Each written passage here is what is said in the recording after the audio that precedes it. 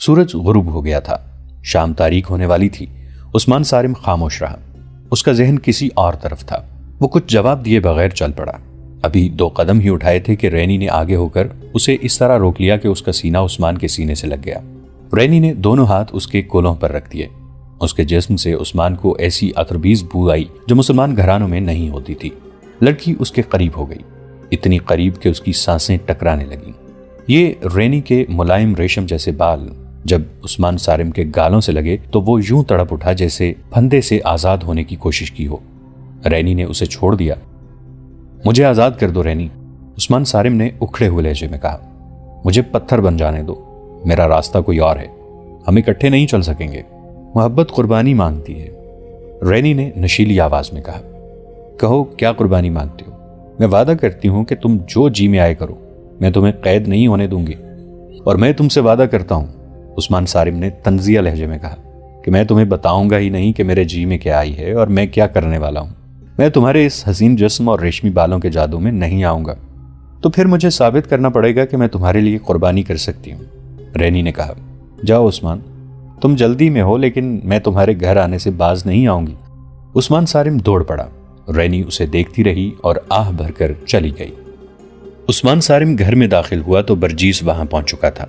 عثمان صارم اندر چلا گیا اور اپنے ماں باپ اور انور کو تفصیل سے بتایا کہ صلیبیوں نے مسلمانوں کا ایک قافلہ لوٹا ہے اور 2 لڑکیوں کو بھی ساتھ لے آئے ہیں۔ اس نے تمام تر واقعہ سنا کر کہا کہ وہ اپنے ساتھیوں کے ساتھ ان لڑکیوں کو آزاد کرانے جا رہا ہے اور اس مہم میں انور کی بھی ضرورت ہے۔ عثمان صارم کے باپ کی ٹانگ صلیبیوں کے خلاف لڑتے ہوئے جوانی میں کٹ گئی تھی اور وہ باقی عمر اس افسوس میں کاٹ رہا تھا کہ وہ جہاد کے قابل نہیں رہا۔ اس نے عثمان سے کہا، بیٹا تم نے اگر اتنے خطرناک کام کا ارادہ کر لیا ہے تو مجھے یہ نہ سننا پڑے کہ تم نے اپنے ساتھیوں کے ساتھ غداری کی ہے۔ اس کام میں پکڑے جانے کا امکان زیادہ ہے۔ اگر تم پکڑے گئے اور تمہارے ساتھی نکل آئے تو جان دے دینا، اپنے ساتھیوں کے نام پتے نہ بتانا۔ میں تمہیں صلاح الدین ایوبی کی فوج کے لیے جوان کر رہا تھا، لیکن تمہاری بہن کی شادی کر کے تمہیں رخصت کرنے کی سوچی تھی۔ جاؤ اور میری روح کو مطمئن کر دو۔ ایک بار پھر سن لو، میں کسی سے یہ نہیں کہلوانا چاہتا کہ تمہاری رگوں میں صارم کا خون نہیں تھا۔ باپ نے بیٹی کو بھی اجازت دے دی۔ عثمان صارم نے اسے بتایا تھا کہ برجیس ڈیوڑی میں بیٹھا ہے اور وہ اس ٹیم کی کمان اور رہنمائی کرے گا۔ باپ ڈیوڑی میں برجیس کے پاس چلا گیا۔ عثمان نے انور سے کہا کہ وہ فوراً اپنی 1 یا 2 ایسی سہیلیوں کو بلا لے جو اس کام میں شامل ہونے کی جرات رکھتی ہیں۔ انور اسی وقت باہر نکل گئی اور ذرا سی دیر میں 2 سہیلیوں کو بلا لی۔ اتنے میں عثمان صارم کا ایک ساتھی اپنی بہن کے ساتھ آ گیا۔ ایک ایک کر کے 7 جوان آ گئے۔ برجیس نے لڑکیوں کو بتایا کہ وہ کس راستے کہاں جائیں گی۔ راستے میں انہیں ایک سنتری روکے گا۔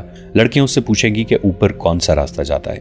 کہیں گی کہ شاہ رینالڈ نے انہیں بلایا ہے لیکن وہ غلط راستے پر آ گئی ہیں۔ ان میں سے ایک لڑکی نوکرانیوں کے بھیس میں ہوگی جس کے سر پر سامان ہوگا۔ سنتری کو ختم کرنا ہوگا، پھر آگ لگانی ہوگی۔ آگ لگانے والا سامان نوکرانی کے سر پر ہوگا۔ گھوڑے اس طرح بندھے ہوں گے کہ لمبے لمبے رسوں کے سرے زمین میں دبائے ہوئے ہوں گے اور گھوڑوں کی پچھلی ایک ایک ٹانگ سے زنجیر یا رسی باندھی ہوگی جو رسوں سے گزاری ہوئی ہوگی۔ ان لمبے رسوں کو خنجروں سے کاٹ دینا ہوگا اور چند ایک گھوڑوں کو خنجر بھی مارنے ہوں گے تاکہ وہ منہ زور ہو کر بھاگ جائیں۔ برجیس نے لڑکیوں کو فوراً لباس اور حلیہ درست کرنے کو کہا اور ایک کو نوکرانی بنا دیا۔ اس کے منہ اور ہاتھوں پر مٹی اور سیاہی سی مل دی۔ پھر وہ عثمان صارم اور ان کے ساتھیوں کو ہدایت دینے لگا۔ وہ خود ان کے ساتھ جا رہا تھا۔ عثمان صارم کے باپ نے بھی انہیں کچھ مشورے دیے۔ پھر سب کو خنجر دے دیے گئے۔ خاصا وقت گزر گیا تھا لیکن برجیس کہہ رہا تھا کہ ابھی شہر جاگ رہا ہے۔ اس جگہ کی رونق اس وقت جاگتی تھی جب شہر سو جاتا تھا۔ تیاریوں میں وقت گزرتا رہا اور روانگی کا وقت ہو گیا۔ سب کو اکیلے اکیلے جانا اور ایک طے شدہ مقام پر ملنا تھا۔ لڑکیوں کا راستہ الگ تھا۔ انہیں اندازاً وقت بتا دیا گیا تھا جب انہیں آگ لگانی تھی۔ اس وقت برجیس کی جماعت کو حملے کے مقام پر ہونا چاہیے۔ یہ بے حد نازک اور خطرناک مہم تھی جس میں وقت کی غلطی اور کسی کی کوئی بے احتیاطی سب کو ایسے قید خانے میں ڈال سکتی تھی جو جہنم سے کم نہیں تھا۔ سب سے زیادہ خطرہ لڑکیوں کا تھا کیونکہ وہ لڑکیاں تھیں۔ تصور کیا جا سکتا تھا کہ ان کے پکڑے جانے کی صورت میں ان کا حشر کیا ہوگا۔ انور نے کہا کہ پکڑے جانے کا خطرہ ہوا تو لڑکیاں اپنے خنجروں سے خودکشی کر لیں گی، وہ کفار کے ہاتھ زندہ نہیں آئیں گی۔ شہر پر خاموشی طاری ہوتے ہوتے سارا شہر خاموش ہو گیا۔ کہیں کوئی روشنی نظر نہیں آتی تھی۔ صرف ایک جگہ تھی جہاں رات کے سکوت کا ذرہ بھر اثر نہیں تھا۔ یہ وہ عمارت تھی جہاں صلیبیوں کی متحدہ کمان کا ہیڈ کوارٹر تھا۔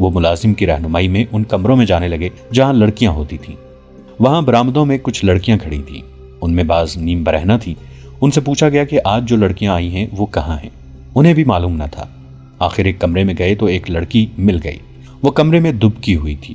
عثمان سارم اور اس کے بعد ساتھیوں نے اسے دن کے وقت دیکھا تھا جب ان دونوں کو لٹے ہوئے قافلوں کے ساتھ لایا جا رہا تھا۔ برجیس کی پارٹی کے تمام آدمی نقاب پوش تھے۔ انہیں دیکھ کر لڑکی نے چیخ ماری۔ برجیس نے اسے بتایا کہ وہ مسلمان ہیں اور اسے رہا کرانے آئے ہیں، مگر وہ لڑکی اتنی ڈری ہوئی تھی کہ ان کے ہاتھ نہیں آ رہی تھی۔ انہوں نے اسے زبردستی اٹھا لیا۔ دوسرے کمرے میں اس کی بہن مل گئی، اس کا رد عمل بھی یہی تھا، اسے بھی زبردستی اٹھایا گیا۔ دوسری لڑکیاں جو ایک عرصے سے صلیبیوں کے پاس تھیں یہ منظر دیکھ رہی تھیں۔ وہ ان آدمیوں کو ڈاکو سمجھ کر ادھر ادھر بھاگ گئیں۔ مغویہ بہنیں چیخو پکار کر رہی تھیں۔ انہیں برجیس نے غصے سے کہا کہ وہ سب مسلمان ہیں اور انہیں مسلمان گھرانوں میں لے جا کر چھپائیں گے۔ بڑی ہی مشکل سے انہیں خاموش کیا گیا اور جانبازوں کی یہ جماعت وہاں سے نکل گئی۔ آگ کا منظر بے حد خوفناک تھا۔ شعلے توقع سے کہیں زیادہ اونچے جا رہے تھے اور دور دور تک پھیل گئے تھے اور پھیلتے ہی چلے جا رہے تھے۔ گھوڑوں اور اونٹوں نے سارے شہر میں قیامت برپا کر رکھی تھی۔ سارا شہر جاگ اٹھا تھا۔ گلیوں میں، سڑکوں پر اور میدانوں میں ان جانوروں نے اس قدر دہشت پھیلا دی تھی کہ لوگ دبک کر گھروں میں بیٹھ گئے تھے، اور آگ نے جو دہشت پھیلائی تھی اس سے بعض لوگ گھروں سے بھاگنے کی تیاریاں کرنے لگے تھے۔ افراتفری اور بھگدڑ مچی ہوئی تھی۔ سلطان ایوبی کے جاسوس بھی وہاں موجود تھے۔ وہ عقل مند اور موقع شناس تھے۔ انہوں نے آگ، بھاگتے دوڑتے جانور اور افراتفری دیکھی تو یہ معلوم کیے بغیر کہ یہ معاملہ کیا ہے، یہ مشہور کر دیا کہ صلاح الدین ایوبی کی فوجیں شہر میں داخل ہو گئی ہیں اور شہر کو آگ لگا رہی ہیں۔ یہ افواہ مسلمانوں کے لیے حوصلہ افزا تھی۔ عیسائیوں اور یہودیوں کے ہوش اڑ گئے۔ یہ افواہ آگ کی طرح سارے شہر میں پھیل گئی۔ غیر مسلموں نے بھاگنا شروع کر دیا۔ صلیبی حکمران اور اعلی حکام آگ کی جگہ پہنچے تو وہاں کوئی انسان نہیں تھا۔ انہوں نے بھی یہی سمجھا کہ مسلمانوں کی فوج قلعے میں کہیں نقب لگا کر اندر آ گئی ہے۔ انہوں نے فوج کو قلعے کے دفاع کے لیے جنگی ترتیب میں فوراً چلے جانے کا حکم دیا اور اسی فوج کے کچھ حصے کو قلعے کے باہر جانے کو کہا۔ 2-3 کمانڈر دوڑ کر قلعے کی دیوار پر چڑھے اور باہر دیکھا۔ باہر خاموشی تھی، کسی طرف سے حملہ نہیں ہوا تھا۔ قلعے کا عقبی دروازہ کھول دیا گیا تاکہ فوج باہر جا سکے۔ رات کے وقت قلعے کا دروازہ نہیں کھولا جاتا تھا، لیکن اس خیال سے دروازہ کھول دیا گیا کہ سلطان ایوبی کا کوئی جانباز دستہ اندر آ گیا ہے جس نے بھگدڑ مچا دی ہے۔ یہ باہر کے حملے کا پیش خیمہ ہے، فوج آ رہی ہوگی۔ اس فوج کو شہر سے دور رکنے کے لیے صلیبیوں نے رات ہی کو فوج باہر بھیج دی اور دروازہ کھولنے کا خطرہ مول لے لیا۔ یہ فیصلہ دراصل گھبراہٹ میں کیا گیا تھا اور یہ ایک غلط فیصلہ تھا۔ بعض غیر مسلموں نے جو عقبی دروازے کے قریب تھے دیکھ لیا کہ دروازہ کھل گیا ہے۔ وہ اندھا دھند دروازے کی طرف بھاگے۔ انہیں دیکھ کر دوسرے شہری بھی ان کے پیچھے گئے۔ وہاں سے فوج گزر رہی تھی۔ شہریوں کا سیلاب آ گیا جسے کوئی نہ روک سکا۔ آگ پھیلتی جا رہی تھی۔ گھوڑا گاڑیوں کے قریب ہی رسد کی بوریوں کے انبار تھے۔ بہت سا دیگر اقسام کا سامان بھی پڑا تھا۔ آگ پر قابو پانا ضروری تھا، مگر پانی کی قلت تھی۔ نہ کوئی تالاب تھا، نہ کوئی ندی۔ شہر میں تھوڑے سے کنویں تھے لیکن پانی لانے والا کوئی نہ تھا۔ شہری گھروں میں چھپ گئے یا بھاگ رہے تھے۔ یہ کام فوج کر سکتی تھی۔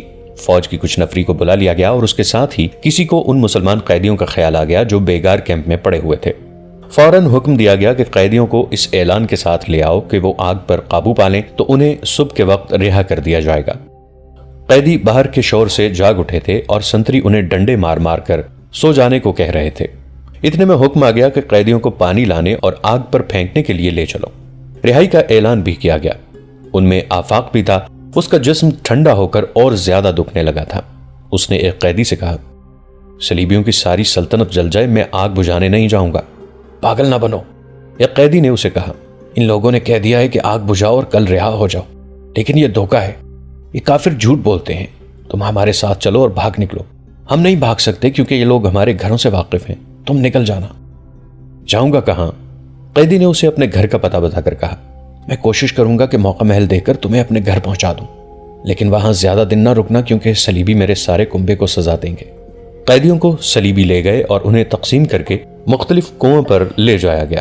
فوجی پانی نکال رہے تھے۔ قیدیوں نے مشکیزیں اٹھانے شروع کر دیے۔ وہ دوڑ دوڑ کر جاتے اور آگ پر پانی پھینکتے تھے۔ 1-2 چکروں میں سنتری ان کے ساتھ رہے، مگر یہ ممکن نہیں تھا۔ قیدی اور فوجی گڑبڑ ہو رہے تھے۔ کسی کو کسی کا ہوش نہ رہا۔ صلیبی کمانڈر گھبراہٹ میں سب کو گالیاں دے رہے تھے۔ اتنے میں گھوڑوں کا ڈرا ہوا ریوڑ دوڑتا چلا آیا۔ آگ بجھانے والے قیدی اور فوجی ان کی زد میں آ گئے۔ سب ادھر ادھر بھاگ اٹھے، بعض کچلے بھی گئے اور ان سے فائدہ اٹھاتے ہوئے آفاق کو وہ پرانا قیدی اپنے ساتھ لے گیا۔ دوستو، آج کے لیے اتنا ہی۔ اسی کہانی کی اگلی قسط کے ساتھ بہت جلد حاضر ہوں گے۔ نیچے کامنٹ سیکشن میں اپنی رائے کا اظہار ضرور کیجیے گا۔ ہمارے اس چینل کو سبسکرائب کر کے نیچے موجود بیل آئیکن کو بھی ضرور کلک کیجیے گا۔ اگلی ملاقات تک کے لیے ہمارا اور آپ کا اللہ نگہبان۔